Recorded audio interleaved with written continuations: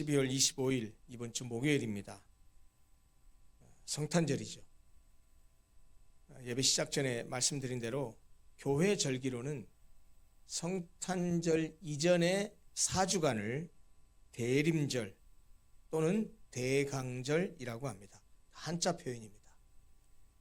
대림, 대강 했을 때 대자가 같은 대자인데요. 기다릴 대자입니다. 그리고 대강이라고 했을 때 강자는 내릴 강자, 강수량, 강우량 할 때 그 강자입니다. 내릴 강자입니다. 그리고 대림절 했을 때 림자는 임할 림자입니다. 그러니까 대림절 혹은 대강절이라고 하는 말의 뜻은 예수 그리스도의 내려오심 또는 예수 그리스도의 임하심을 기다리는 절기다라는 그런 뜻입니다. 즉 대림절, 대강절은 예수 그리스도가 오심을 기다리는 절기고 그 기다렸던 주 예수 그리스도의 오심을 기념하는 절기가 바로 성탄절입니다. 대강절 마지막 주일인 오늘은 주님이 왜 이 땅에 오셨는지 그리고 주님이 오신 것이 우리에게 어떤 의미가 있는지를 함께 나누려고 합니다. 기독교인이든 기독교인이 아니든 종교가 있든 없든 12월 25일이 성탄절 곧 크리스마스라는 사실을 모르는 사람은 아마 없을 것입니다. 그러나 왜 예수님의 탄생을 성탄, 한자로 무슨 뜻이죠? 성자는 거룩할 성자고 탄생은 나을 탄자거든요. 그러니까 성탄이라는 말은 거룩한 나심이라는 뜻이죠. 왜 예수님의 탄생을 성탄, 곧 거룩한 탄생이라고 하는지에 대해서는 사람들이 잘 모르는 듯합니다. 예수 그리스도의 나심을 성탄이라고 하는 것은 거룩한 탄생이라고 하는 이유는 하나님이신 그분이 죄의 문제를 해결하기 위해서 인간이 되어서 이 땅에 오신 그야말로 참으로 너무나 거룩한 탄생이기 때문입니다. 그리고 바로 그 죄인들을 구원하기 위해서 거룩하신 하나님께서 인간이 되어 이 땅에 오셨다라는 것이 바로 성탄의 본질이고 성탄의 참 의미입니다. 그러나 세상은 성탄의 의미를 제대로 알지 못한 채 성탄절을 단지 낭만을 즐기는 휴일 정도로 생각하는 듯합니다. 미국에서조차 크리스마스 이 즈음 때 인사하잖아요, 서로. 우리가 아까 했던 메리 크리스마스처럼.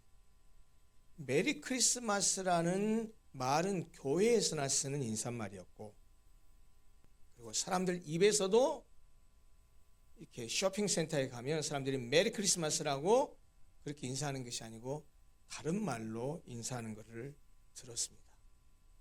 이게 뭔지 아세요? 해피 홀리데이. 메리 크리스마스 이렇게 말하지 않고 해피 홀리데이 이렇게 말해요. 그래서 제가 궁금해서 물었어요. 물었더니 그 얘기를 하더라고요.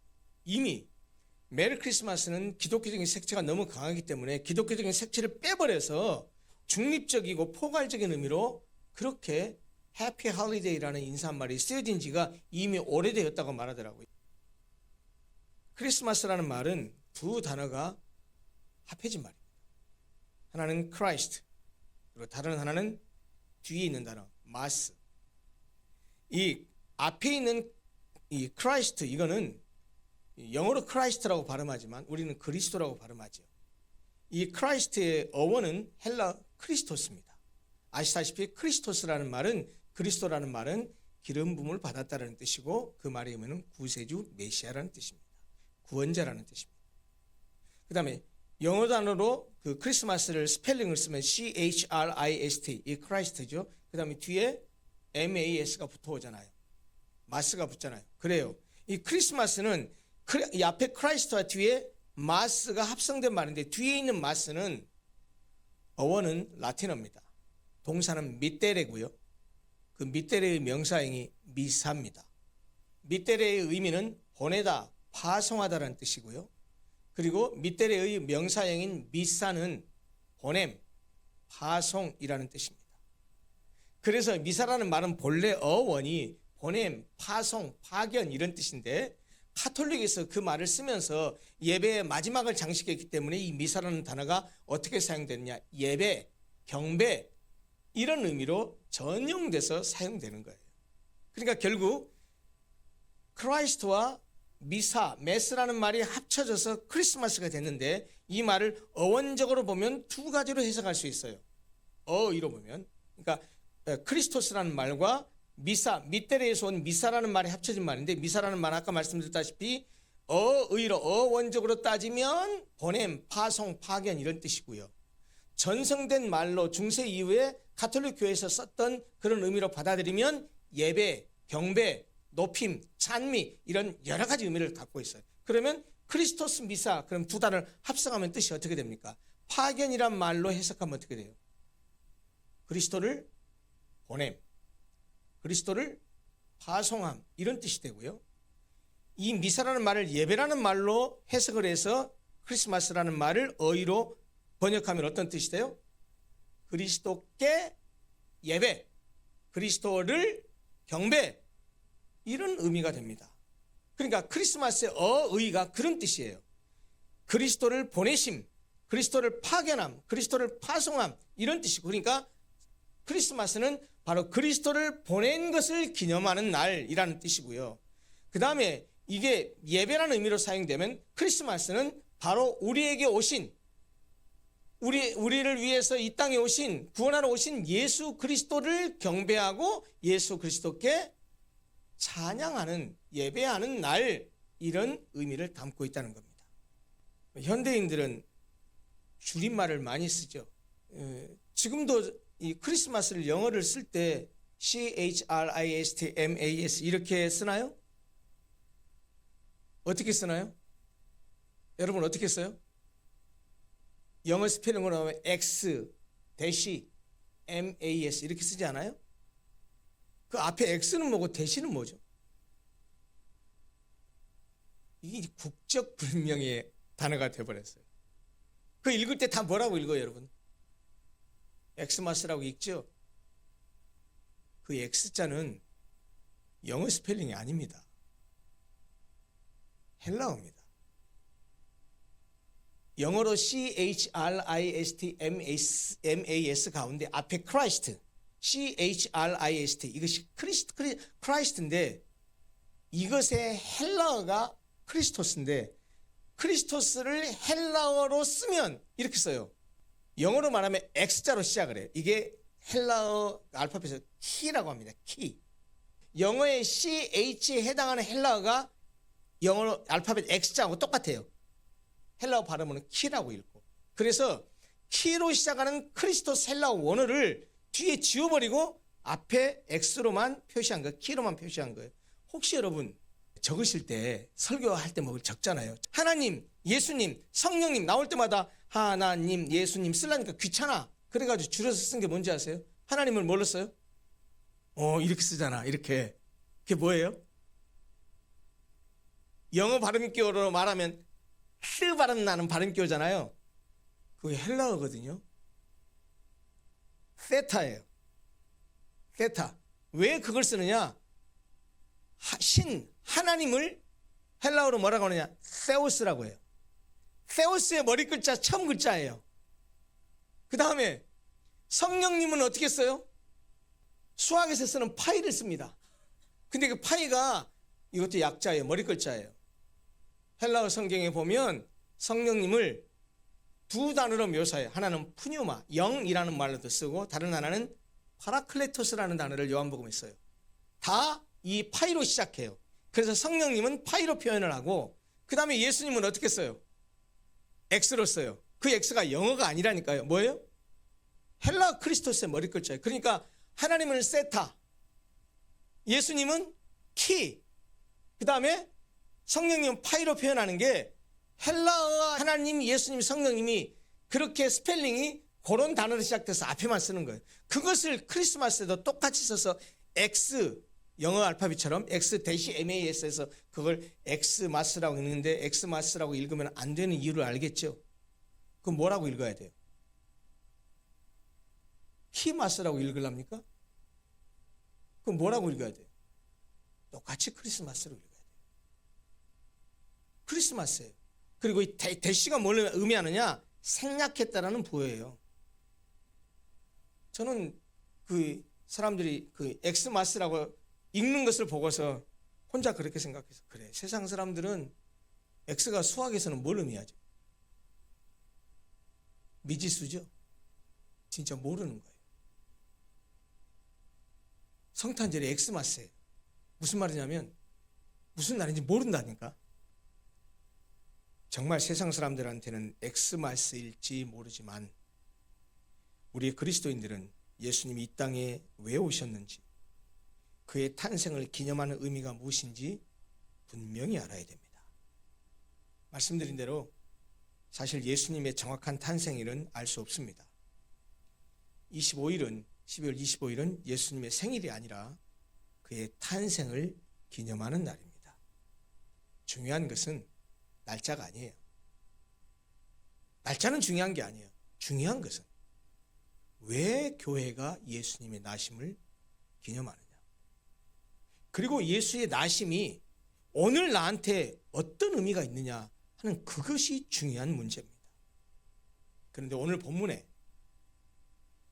예수님의 탄생을 설명하면서 이 그분에게 주어진 두 이름을 소개하는데 바로 그 두 이름이 그것을 분명하게 말해줍니다. 그것이 바로 오늘 설교 제목입니다. 그 이름 예수, 그리고 임마누엘. 먼저 예수라는 이름입니다. 본문은 예수님이 성령으로 잉태되었다는 사실을 강조합니다. 자기와 약혼한 마리아가 동거하기 전에 임신한 사실을 알았어요. 요셉은 기가 막혔습니다. 왜? 자기는 마리아와 잠을 잔 적이 없어요. 그런데 약혼한 마리아가 임신했대요. 그래서 아마 요셉은 마리아의 불륜을 의심했던 것 같아요.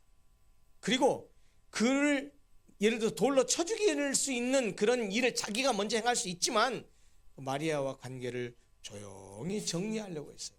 주의 사자가 현몽하여 꿈에 나타나서 말씀합니다. 네 아내 마리아 데려오기를 두려워하지 말아라. 그에게 잉태된 자는, 그래, 네가 잔 적이 없는데 임신했지? 근데 그 마리아가 잉태한 것은 성령으로 된 것이지 마리아가 불륜을 행해서 한 것이 아니다라고 천사가 가르쳐 줍니다. 그리고 잉태한 그 마리아가 아이를 낳을 텐데 성별도 가르쳐 줍니다. 아들을 낳을 것이다. 그리고 아들을 낳으면 이름은 예수라고 해라라고 이름까지 가르쳐 줍니다. 성별도 가르쳐 줘, 이름까지 가르쳐 줍니다. 그러면서 이름의 뜻까지 자세히 해설을 해줍니다. 이는 그가 자기 백성을 그들의 죄에서 구원할 자이기 때문이다 라고 천사가 요셉에게 일러줍니다. 실제로 예수라는 이름은 히브리어 야샤에서 온 말입니다. 야샤라는 말은 여호와는 구원이시다 라는 뜻이죠. 그래서 예수라는 말의 의미는 구원이라는 뜻이에요. 예수님은 이렇게 이름 자체가 사명이신 분입니다. 그분은 죄 가운데 있는 우리를 구원하시기 위해서 이 땅에 오셨습니다. 의인을 부르러 온 것이 아니고 죄인을 부르러 오셨습니다. 죄에 얽매여 사는 우리를 자유케 하기 위해서 자신의 목숨을 그 대가로 주시기 위해서 예수님 당신의 표현대로 말하자면 많은 사람들의 대속물로 주기 위해서 이 땅에 오셨습니다. 한마디로 예수께서 이 땅에 오신 이유는 죽기 위해서 오셨다는 것입니다. 여러분 잘 아시죠? 예수님께서 요단강에서 회개의 세례를 베풀고 있는 세례요한에게 세례를 받으러 나오셨을 때 세례요한이 예수님을 가리켜서 뭐라고 했습니까? 보라, 세상 죄를 지고 가는 하나님의 어린 양이로다. 그리고 예수님은 실제로 십자가 위에서도 이렇게 마지막으로 이 말씀을 하시고 숨을 거두셨습니다. 다 이루었다. 예수께서 우리의 모든 죄를 짊어지시고 십자가에서 죽으심으로 우리의 모든 죄값을 완전히 청산하셨습니다. 완전히 해결하셨습니다. 예수께서 이 땅에 오신 목적을 십자가 위에서 완성하셨다라는 말입니다. 이 땅에 오신 구세주의 또 다른 이름 하나가 있습니다. 그 이름이 무엇입니까? 임마누엘입니다. 23절을 보십시오. 보라, 처녀가 잉태하여 아들을 낳을 것이요 그 이름은 임마누엘이라 하리라 하셨으니 누가 이렇게 말했습니까? 누가 이렇게 예언했습니까? 예수님이 태어나기 전 약 650여 년 전쯤에 활동했었던 이사야라는 선지자가 이 예언의 말씀을 했습니다. 그런데 임마누엘이라 하고 있는데 그 임마누엘의 뜻이 뭐냐? 임마누, 우리와 함께하다. 엘, 하나님. 임마누엘, 그러면 하나님이 우리와 함께 하신다 하는 그런 뜻이죠. 쉽게 말하면 예수님은 구세주로 이 땅에 오실 때 단지 죄를 해결하기 위해서만 오신 것이 아닙니다. 예수님이 이 땅에 오실 때 우리의 죄를 해결하기 위해서 이 땅에 오신 것은 사실이지만 그것에 그치지 않고 우리와 함께 하시기 위해서도 이 땅에 오셨다는 겁니다. 여러분, 이 임마누엘이라는 말이 그냥 아무렇지 않게 범상하게 들리십니까? 저는 이 말을 들으면 가슴이 뜁니다. 왜냐? 여러분, 하나님이 어떤 분입니까? 그분은 완전하신 분이에요. 흠이 없는 분이에요. 창조주예요. 죄하고 관계없는 분이에요. 무한하신 분이에요. 그런데 그 무한하시고 완전하신 하나님이 우리와 같은 유한한, 벌레만도 못한 우리 인간과 함께 하시기 위해서 이 땅에 오셨대요. 이거 가당키는 한 이야기입니까? 창조주가 피조물과 함께하기 위해서 오셨대요. 영원하신 분이 시간 속에 들어오셨대요. 거룩하신 하나님이 죄인과 함께하기 위해서 이 땅에 오셨다는 겁니다. 도대체 이 사실은요, 인간의 이성으로는 이해할 수 없는 은혜입니다. 더구나 더 기가 막힌 사실은 우리와 함께 하실 때 어떻게 함께 하십니까? 그 하나님이 우리 안에 들어오셨어요. 우리 안에 오셨어요. 우리 안에 오셔서 우리와 함께 사셔요. 이 정말 기가 막힌 은혜입니다. 하나님은 거룩하신 하나님, 완전한 하나님이 죄인이요 유한한 우리 인간에게 오셔서 함께 하시고 오셨다라는 거예요. 말씀이 육신이 되어 우리 가운데 거하셨습니다. 그 말씀이 육신이 되어 우리 가운데 거하신 그 예수 그리스도는 인간과 똑같은 모습으로 오셔서 인간의 아픔을 아시고 우리의 눈물을 아시고 우리의 연약함을 몸소 겪으셨습니다. 그리고 지금도 그의 성령을 보내셔서 우리와 함께 하시며 우리를 지키시고 우리를 위로하시고 우리를 보호하시고 우리를 인도하시고 우리에게 은혜를 주고 계십니다. 사랑하는 성도 여러분, 우리를 죄에서 구원하기 위해서 우리 대신 죽으러 오신 예수님, 이 악하고 험한 세상 속에서 우리를 지키고 보호하시고 은혜 주시기 위해서 우리와 함께 하시기 위해서 오신 임마누엘을 하러 오신 예수님, 여러분, 이런 분이 오심을 기다리는 것이 대강절이요, 이런 분이 오심을 감사하고 축하하고 기념하고 예배하는 날이 바로 성탄절입니다. 그러니 우리가 어찌 이 성탄절을 맞이하면서 기뻐하지 않을 수 있겠습니까? 우리가 너무나 잘 아는 115장 찬송, 기쁘다 구주 오셨네 라고 목소리를 높여서 기쁘다고 소리치지 않을 이유가 어디 있겠습니까? 여러분, 성탄절은 사실 아무에게나 의미 있는 날이 아닙니다. 예수님이 오신 이유와 목적을 깨닫고 그분을 우리의 마음 가운데 모신 사람에게만 의미가 있는 날입니다. 그럼 우리는 성탄절을 단순한 분위기나 행사로만 보내서는 안 됩니다. 다시 말씀드리지만 세상 사람들이 그러한 것처럼 성탄절은 엑스마스가 아니라 크리스마스입니다. 나를 위해 오신 주님, 나와 함께하기 위해 오신 주님을 환영하고 감사하고 그리고 기뻐하면서 그분을 예배하는 날입니다. 설교 서두에서 말씀드렸듯이 우리는 지금 대강절, 대림절을 보내고 있습니다. 성탄절의 의미를 분명히 알았다면 우리가 대강절을 어떤 자세로 보내야 될지도 분명해질 것입니다. 먼저 대림절, 대강절은 예수께서 희생제물이 되어서 우리의 죄값을 치르기 위해서 육신이 되어 이 땅에 오신 것을 기억하며 그 주님의 은혜에 감사하며 보내야 할 것입니다. 주님의 육체가 되어 오심은 바로 나를 위함이라는 사실을 기억하고 주님의 은혜를 기대하고 바라며 보내야 할 것입니다. 더구나 성탄절이 연말에 있잖아요. 25일 지나고 나면 며칠 지나고 나면 새해가 오잖아요. 그러니 내년 새해에는 새로운 마음으로 주님을 더 사랑하고 헌신하겠다라는 다짐과 결단을 하면서 성탄절을 기다리고 성탄절을 보내야 할 것입니다. 또 하나 중요한 것, 대강절은 메시아의 오심을 대망하던 그 옛날 이스라엘 백성의 심정이 되어서 오늘날 우리 역시 성육신하신 예수를 기쁨으로 우리 심령의 중심에 모시는 기간으로 삼아야 할 것입니다. 우리와 함께하기 위해서 오신 주님을 진정으로 내 마음속에 모셔서 그의 통치 아래 들어가기 위해서 간절하게 주님을 기다리는 절기, 그것이 바로 대림절 대강절이 되어야 할 것입니다. 2000년 전에는 주께서 유대 땅 베들레헴의 마국간 말구유에 오셨지만 2025년 성탄절에는 주님이 우리 마음 중심에 임하시도록 우리의 마음을 주님께 내어드릴 준비를 하며 우리의 심령을 주님께 비워드리는 절기가 되기를 바랍니다. 끝으로 주님의 오심을 기다리는 대강절은 이제 다시 오실 주님을 기다리는 절기이기도 해야 합니다. 다시 말해서 대강절은 다시 오실 주님을 온전히 맞기 위해서 우리 자신을 돌아보고 내 심령에 오실 주님을 기다리는 기간이어야 한다는 말입니다. 오늘날 우리에게의 대림절은 초림의 예수님이 아니라 처음 오셨던 2000년 전에 우리를 위해서 죽기 위해서 오셨던 예수님이 아니라 이제는 재림주로 오실 예수님, 산자와 죽은 자를 심판하러 오실 예수님을 기다리면서 바로 그 재림의 주님을 기다리는 절기가 되어야 한다는 말입니다.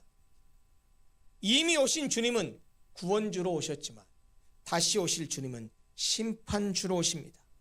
산자와 죽은 자를 심판하러 오십니다. 양과 염소를 나누기 위해서 오십니다. 알곡과 쭉정이를 가르시기 위해서 오십니다. 그렇게 심판주로 오실 주님께 아멘, 주 예수여 오시옵소서라고 하면서 주님을 기다리는 절기가 되어야 한다는 말입니다. 사랑하는 성도 여러분, 성탄절이 무슨 날인지도 모르면서 들떠서 지내는 엑스마스가 아니라 우리를 죄에서 구원하기 위해서 이 땅에 오신 주님, 우리와 함께하기 위해서 이 땅에 오신 주님께 감사하며 그에게 경배하고 그에게 예배하는 진정한 크리스마스가 되도록 합시다. 그리고 이미 오신 예수님의 탄생을 기뻐하고 감사할 뿐만 아니라 다시 오실 주님을 기다리는 그런 대강절, 그런 성탄절이 되기를 바랍니다. 주님이 지금 오고 계십니다. 메리 크리스마스.